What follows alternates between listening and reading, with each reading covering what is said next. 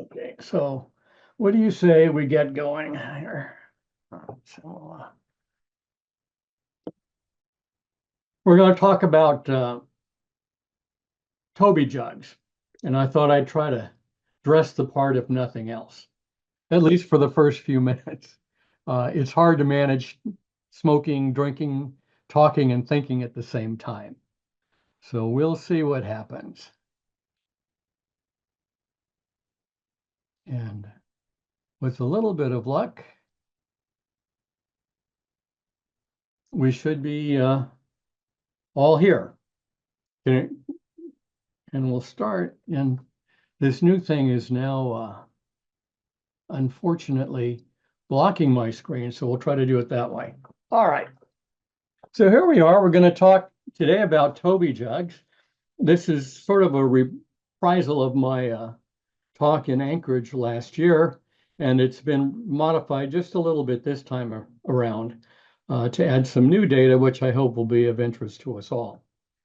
Toby Jugs actually have a fairly long history, both on the continent and in the UK. As you can see from this picture, the late 1700s, one of the gentlemen here actually has a Toby jug. And it's got, as I say, it has a long and magnificent history. Believe it or not, there is actually a Toby Jug Museum here in America that at least claims to have at least 8,000 different Toby jugs. You can see here at the bottom of the screen some of their display cases. In America, we actually have several different collectors clubs, most of them related to Royal Doulton. The ones up at the upper right of your screen are the various size of Royal Doulton, and the one on the left here of Churchill is also Royal Doulton. According to the Toby Museum, if it's a Toby jug, if it's a full-bodied picture of a person either standing or sitting, and otherwise it would be referred to a character jug if it's only a head shot of the person. So on using those definitions, it would appear that Wileman picked the right choice when they called them Toby jugs. I actually have a lot more of a connection to Toby jugs than I thought I would.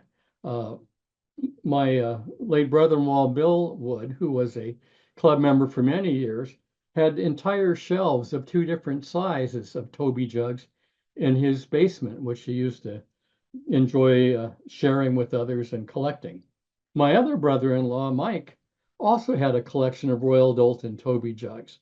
So it's, I guess, only fitting and proper that one of these days I should get a Toby jug. And sure enough, my wife got a Scottish Toby jug for me on my birthday once. And so this was the beginning of something new and interesting, at least from my collecting standpoint.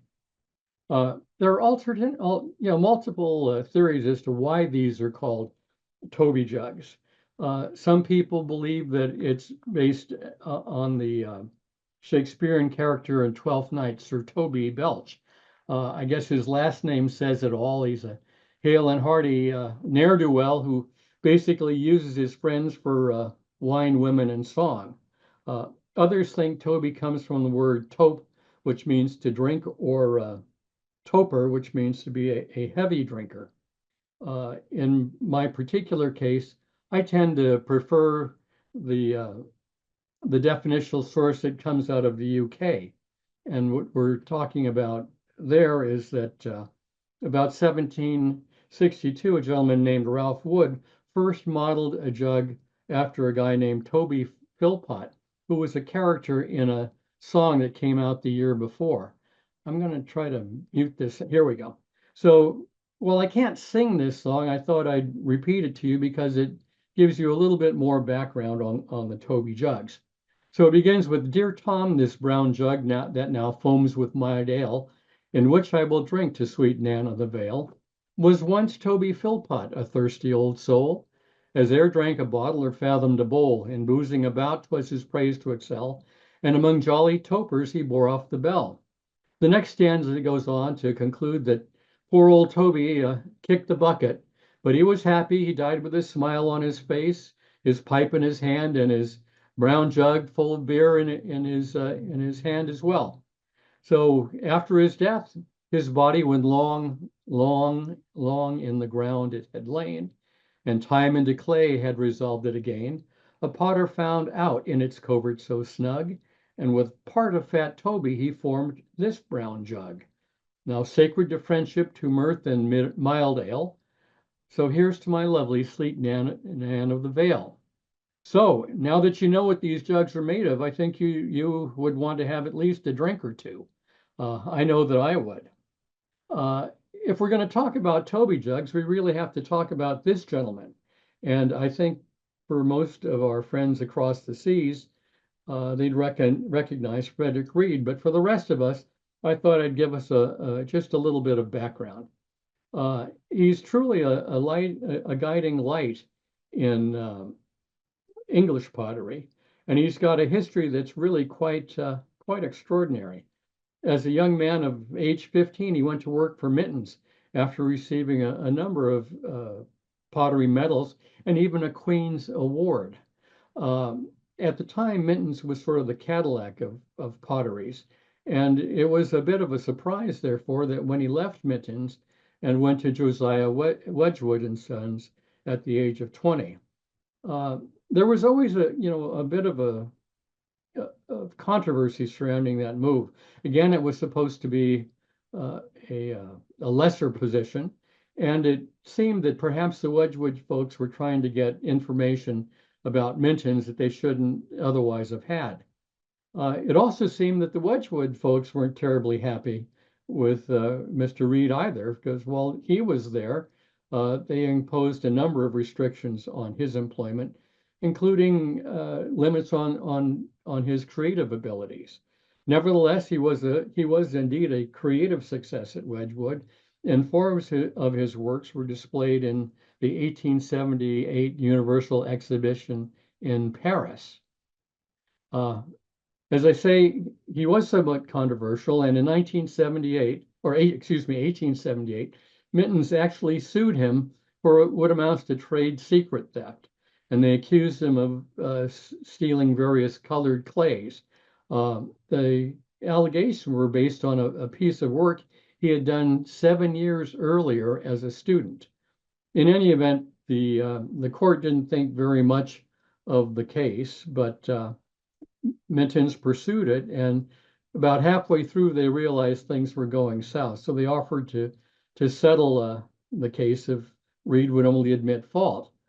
Reed, in his characteristic manner, told him where they could put his offer of settlement, and the case was ultimately dismissed by the court with no finding of guilt of any kind. In any event, Reed, as you may surmise, left Wedgwood and went on to a group called the Brownfield Guild Pottery. Initially, it was just the Brownfield Pottery. Mr. Brownfield decided to turn the company over to its employees, and while there, of course, Reed was the art director, but it didn't go too well once it became an employee-owned group. And when asked what was going on, Reed made the comment, as workmen under the old system, i.e. without the guild, they were honest, efficient, and valuable servants. But under the guild, their performance were grotesque. The guild, in any event, folded in 1898, but by that time, Reed had moved on to Wileman and Company, and he had actually been doing some work for them back in 1896. And so here we get to sort of the substance of our talk. At this stage in his career, Reed, who had garnered many, many awards of substantial value, said that he looked forward to sweetening every cupboard in the kingdom with daintier china and healthier looking earthenware. Alas, while he had expectations, his view of the industry, which he freely shared with others, was less sanguine. In particular, he said, the result of our supreme efforts has been on view at international exhibitions for 30 years. Supreme efforts has been on view for international exhibitions for 30 years past. Imitations of old Dresden, replicas of old Sèvres, vases covered with wobbling cupids and smirking nymphs, patches of loud color, gilt scrolls, imitations of bronze, cast iron, lace, ivory. Almost everything that could be imitated was imitated, but of porcelain its own inherent beauty, there was little or nothing done by the British potteries. Of course, this view wasn't widely held by his compatriots and competitors, so it wasn't long before they were less than happy with him. But in any event, Reed came to Wileman, and we'll see what happened next. Sure enough, he decided to create intarsio. He created spano lustra, urbado, primitive ware, pastello, character teapots, grotesques, and finally, for our purposes, Toby jugs. So what then is the history of Toby jugs at Wileman? Well, if you look here, we have a picture from the sketchbook, or excuse me, the scrapbook. The scrapbook, as many of you know, is a collection of ephemera maintained by Wileman and Shelley that contain postcards, letters, bills, sketches, all sorts of things that were part and parcel of the day-to-day workings at the firm. This is an early part of the sketchbook. Indeed, it's page 3, and it shows drawings which are believed to have been done by Reed of a sandy gug. I don't know why they're gugs, but there's a sandy gug, a Patty gug, a John Bull gug, and an Uncle Sam gug. These were ultimately translated into what we now know as the Wileman Toby jugs. They appear in the earthenware shapes book as John Bull, Baby Jug, and Monk Jug, numbers 105, 134, and 138. They were subsequently registered as the registered numbers indicate at the bottom of the screen. When they were inserted into the intarsio pattern book, they were started at the 3000 series, so basically the number 3 was added in front of their initial numbers. So 105 became 3105 and so forth. Those of you who have collected and seen these realize that there's a dazzling array of colors and names for these, which frankly I find to be mystifying. Why they did so many different names and so many different colors is beyond me, but in any event, it does make it interesting for the collector. Turning now to our first the John Bull jug. The Americans probably won't recognize John Bull as much as our friends across the sea, but in any event, John Bull was for Americans anyway, John Bull was the equivalent of our Uncle Sam, but even more. He first appeared as a character in the political satires by John R. Buthnot in the early 1700s. By the mid 1700s, James Gilray and other caricature engravers had incorporated John Bull into their work, and he appeared as a cartoon by Sir John Tenniel in Punch magazine. He was always known as a stalwart of England, a friend of the common man, a drinker, and a man of good sport. During the Napoleonic Wars, he was thought to be, the supporter of king and country against the terrible French. And by the mid 1800s, he had moved on to become a champion of the common man, who was willing to criticize not only the government, but also the royal family, giving voice to those outside the centers of power. So turning now to our first Toby jug, we have the John Bull jug in intarsio in number 3105. You can see the colors here are quite vibrant, and indeed his vest is multicolored. When we look at the real item, we have what amounts to an exact duplicate of the John Bull pattern book image. But as I indicated, Wileman decided to make things complicated. So they came up with what is known as the intarsio entries. You can see the color scheme on these is typically muted and nowhere near as vibrant as you would see in the intarsio version. This pattern book entry describes all 5 jugs, and they were, of course, made in those colors. Not to be undone, they created yet again another John Bull Toby jug, this time with only 4 of the Toby jugs. Vibrant colors, but not near as vibrant as intarsio.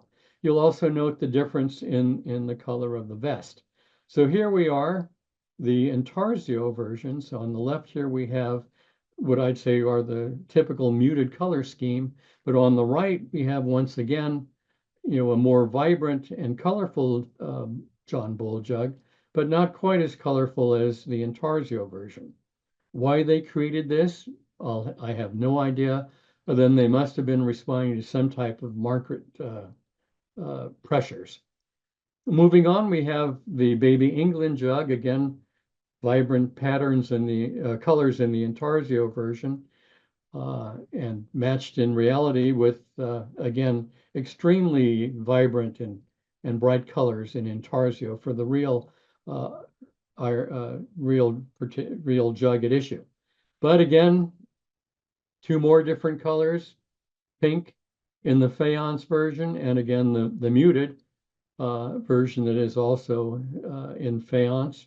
Not to be outdone, they created yet a third colorway in green.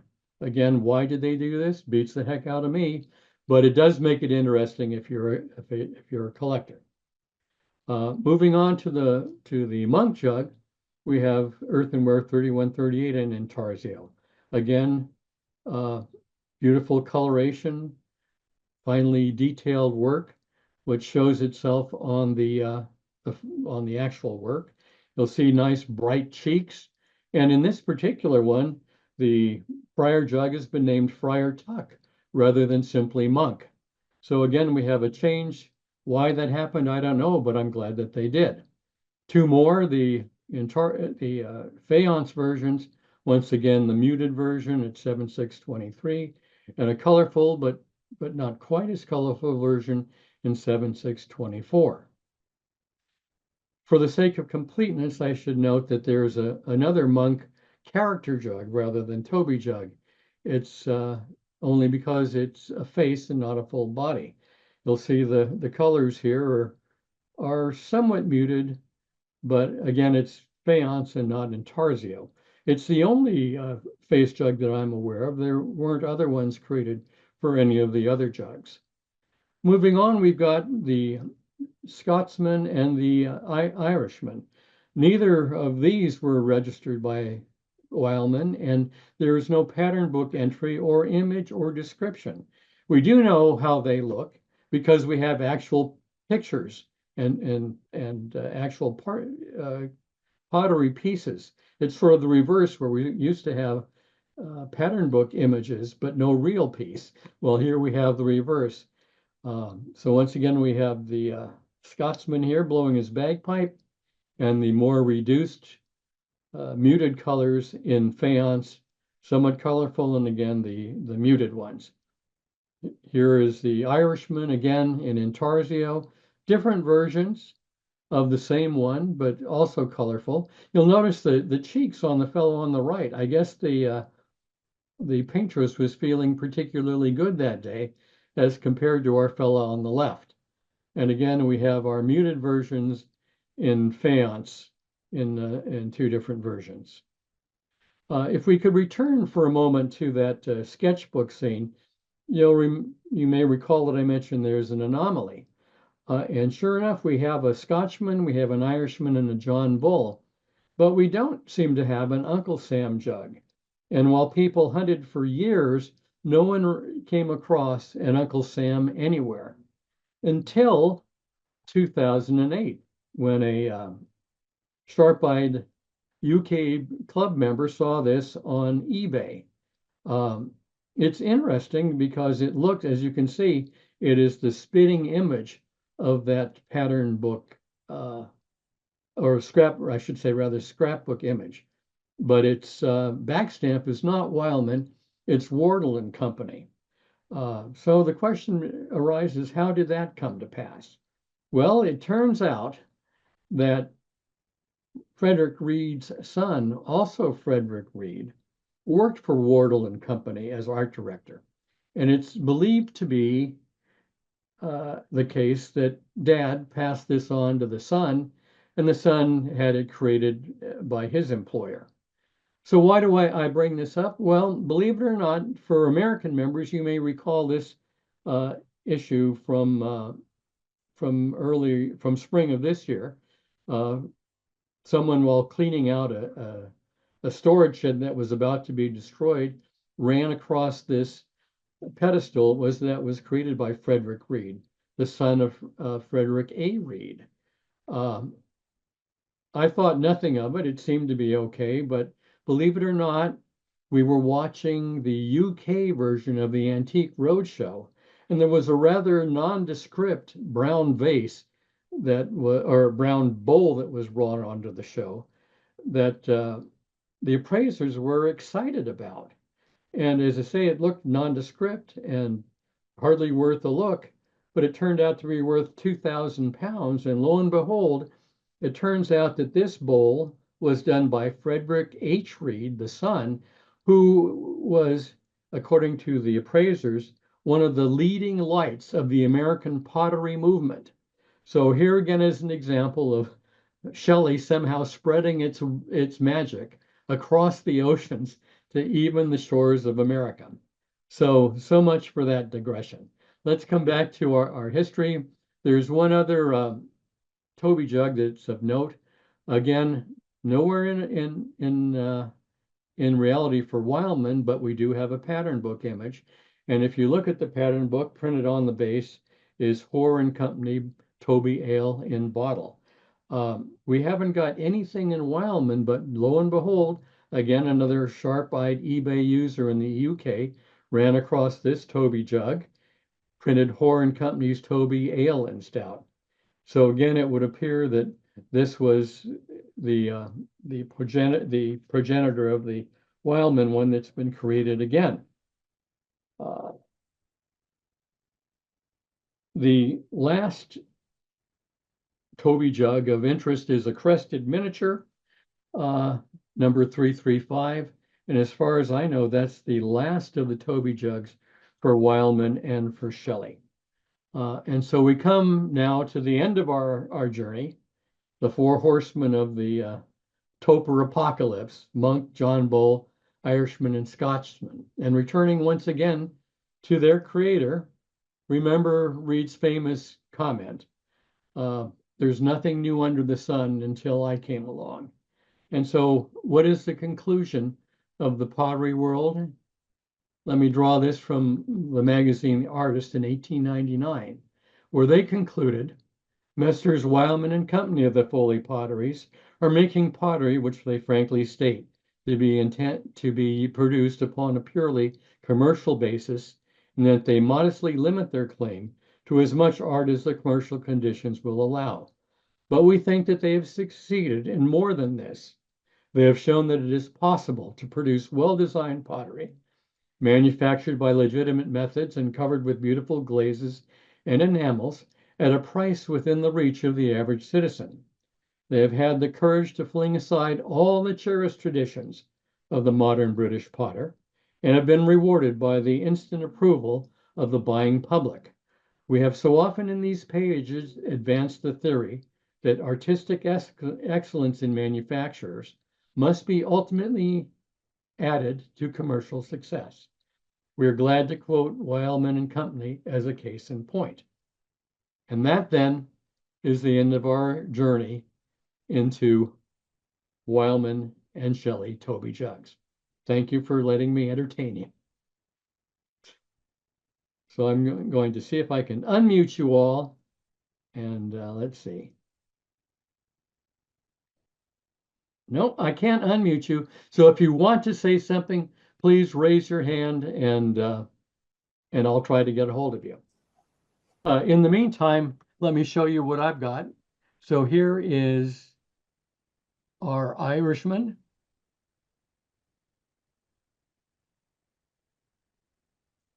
Our Scotchman.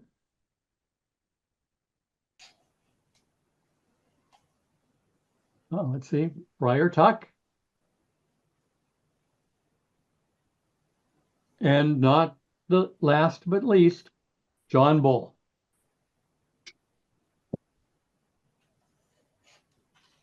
And that concludes our talk. So does anyone have anything they'd like to share or comment? Marcus. I'll start. I'm live. So from John and Linda, I learned that these guys show up here. Yeah, they will. I learned that these guys, while I suspected they were twins, aren't really twins.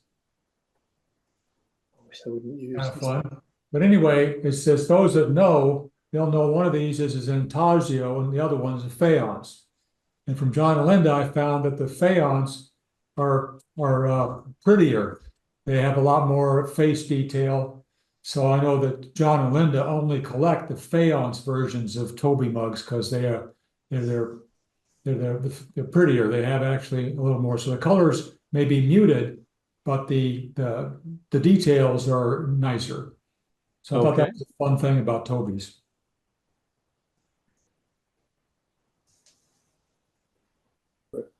Yes, Bruce.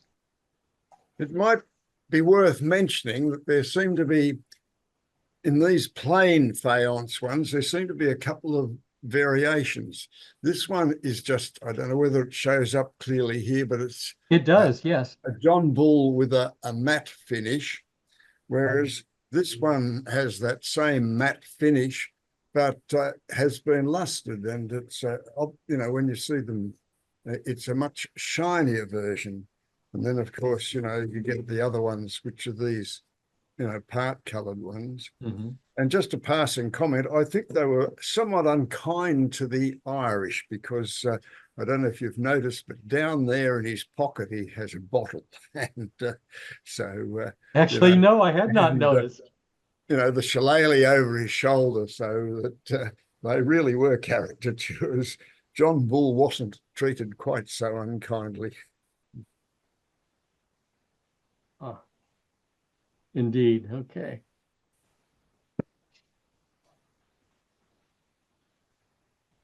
Sheila and Jerry. This is my only contribution, and it's my baby. Oh, indeed. I never know I'm holding it in the right place. Yes, we can see him plainly now. And I'm very fond of him. If I understand it, that is the rarest of the rare. Very, very few people have one. There was one sold here about a week or two ago. Really? So that's fairly scarce, yeah. And I think I saw the ad, but I told Carolyn, whatever you do not buy this for me. Well, alongside that one, this is the pink version. Can you see that okay? Yes. Yeah. Perfect. And this one has that brown color, you know, or two-tone brown, but the inside of it's actually a sort of turquoise almost. Mm-hmm. And this one is Shelley, so this is quite a lot later. Wow. So they certainly carried on beyond 1911, you know, 10, 11.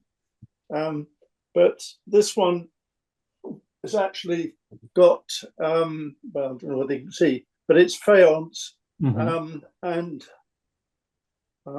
yes, it actually says Young England, but why it was called Young England, I've just no idea. I mean, we always think of them as the baby, but they were actually properly labelled as Young England, and I can't see any, you know, relationship as to where that came from. Mm-hmm. I don't have the green one. Well, you can always hope, right? Yeah. Well, yes. So, Julie Stevenson, you've got something for us? Hi, everyone. Yes, I'm out of breath. I live in a townhouse, which is on 3 floors, and I'm at the top, and my pieces of Shelley on the ground floor. So I just ran down. because I keep these in the special cabinets. I I have see. a load of cabinets, and some are more special than others, and they're on the ground floor. So yes, as others have said, I have the John Bull in the usual colours that we're most used to seeing it in, and the monk I have in the faience, which, as Jerry's just said, is that brown colour on the outside and then that bluey turquoise Mhm. colour on the inside. And I also have the little Oh, tiny Toby, which is it's number 335. yeah. And it has written on it, this one's a souvenir of Seaton, which is in Devon, which is in the southwest of England. And it has written on it, no tongue can tell, no brain can think. Oh, how I love a drop of drink. It found its home with me. I have Yes, to say, indeed. I wonder why. a little red nose. So yes, but I've learned a lot today. Lyle, I didn't think there was much more to learn about Toby's, but there has been. So thank you very much. That was very interesting. Well, I should I should add that without Bruce, Sandy, Chris Davenport, my wife, and folks like that, I wouldn't have had half of this stuff. So they're the ones who really did all the hard lifting on this for sure. Fantastic team effort. Wonderful. So let me switch views here. Does anyone else have anything they'd like to point out or say? Well, a comment, because Jerry's faience one, you know, this is the Scotsman in one of those half brown, but it does have blue in the top there. So it seems to be, if they did at least the half brown version, that they put a bit of blue inside the tops. Mhm. Okay, okay. Well, barring further comment then, I guess I will bid you all adieu. Thank you for coming, and I'll look forward to seeing you next time.